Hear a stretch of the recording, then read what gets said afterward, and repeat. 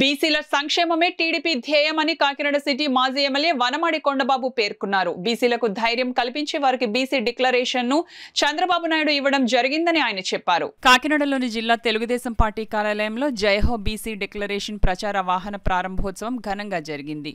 రాష్ట్ర పెరిక సాధికార సమితి కన్వీనర్ టీడీపీ నాయకులు వనపర్తి బద్రి అధ్యక్షతన జరిగిన ఈ కార్యక్రమంలో మాజీ MLA Vanamadi Kondababu, BC zone 2 coordinator Chelluboina Srinivasulu పాల్గొని ప్రచార వాహనాలను జెండా ఊపి సాగనంపారు.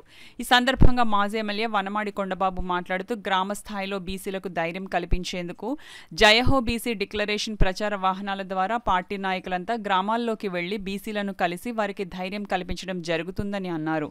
ఈ కార్యక్రమంలో నాయకులు కొమిరిశెట్టి నరసింహారావు, గదుల సాయిబాబా, ఏవిడి మెంటారావు, తుమ్మల రమేష్, వమ్మి బాలాజీ, తాజుద్దీన్, రహీం, అరదాడి శివ తదితరులు పాల్గొన్నారు.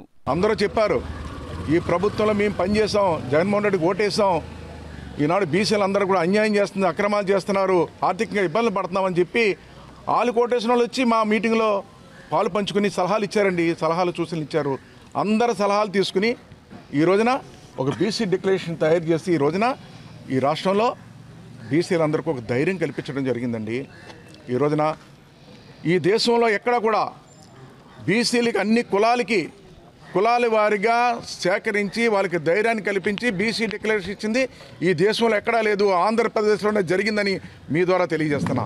వాళ్ళకు ఒక ధైర్యం వచ్చింది ఈరోజు బీసీలందరూ కూడా.